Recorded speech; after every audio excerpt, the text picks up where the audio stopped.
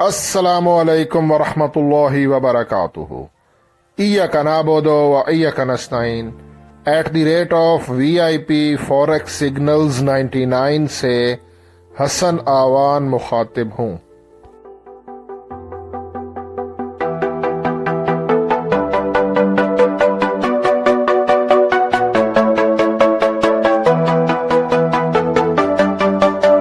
Traders, आपके सामने DXY यानी कि डॉलर इंडेक्स USD का 4 आवर 4 घंटे का टाइम फ्रेम मैंने ओपन किया हुआ है और आपके सामने DXY डॉलर इंडेक्स का स्मार्ट मनी कॉन्सेप्ट का चार्ट मैं आपको लाइव दिखा रहा हूँ। DXY 4 आवर के टाइम फ्रेम पर इस वक्त सेल के जोन में है। ये ज़रा देखें ना, गौर करें। लेकिन ये सेल के जोन में इसने एंट्री ली है। सेल का जोन बड़ा है।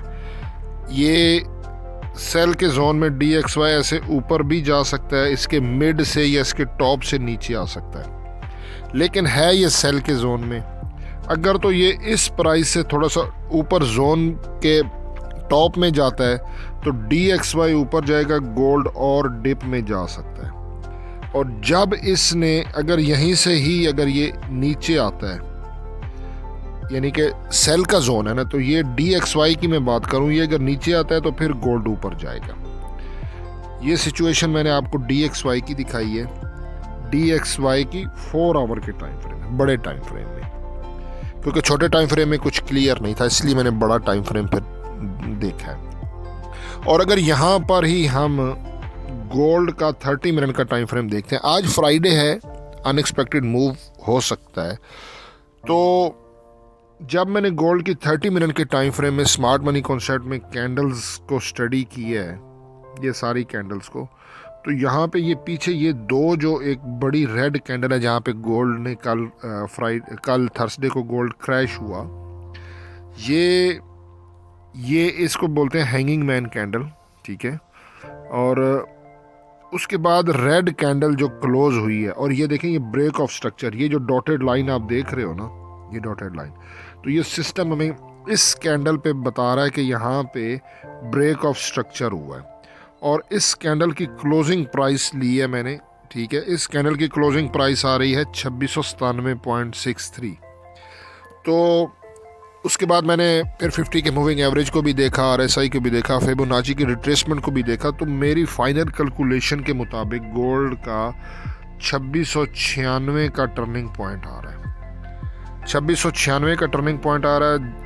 गोल्ड मार्केट अगर 2696 को इसने ब्रेक ना किया तो फिर गोल्ड डाउन जाएगा, आज फ्राइडे को नीचे क्लोजिंग देगा। अगर गोल्ड ने 2696 को ब्रेक किया, 2696 को ऊपर, फिर गोल्ड ऊपर यानी कि आगे से आगे अपना हायर हाई बनाता जाएगा। तो ये सिचुएशन है। अगर सेल की एंट्री लेनी हो तो बिल्कुल 2696 के करीब से लें, 2696 का SL रखें। SL के बगैर एंट्री ना करें। मैं आपको हर वीडियो में बोलता हूँ SL के बगैर ट्रेडिंग ना करें। मेरा SL होता है 50 पिप्स, SL हिट हो जाएगा, कोई इशू नहीं है। फिर जब TP हिट होता है तो हम उसका 2 गुना रखते हैं तो रिकवर कर लेते हैं ना। ट्रेड को छोड़ा ना करें। SL is the part of the trading. SL hit होता है, SL ट्रेडिंग का पार्ट है, तो SL को लगाया करें। That's it. समझो SL हिट हो गया, वो दिन आपके लिए नहीं है। तो 2696 ये SL है, इसके करीब से SL छोटा रखें। ये नहीं कि आप 2680 से सेल कर दें, ठीक है ना। 2692 पे आए, 91 पे आए, यानी कि 50 पिप से बड़ा SL ना रखें। जितना करीब से सेल करेंगे उतना फ़ायदा है, ठीक है। और 100 पिप्स का आप TP रख दें। अगर 2696 ब्रेक होता है तो फ़ौरन से बाय भी नहीं करना।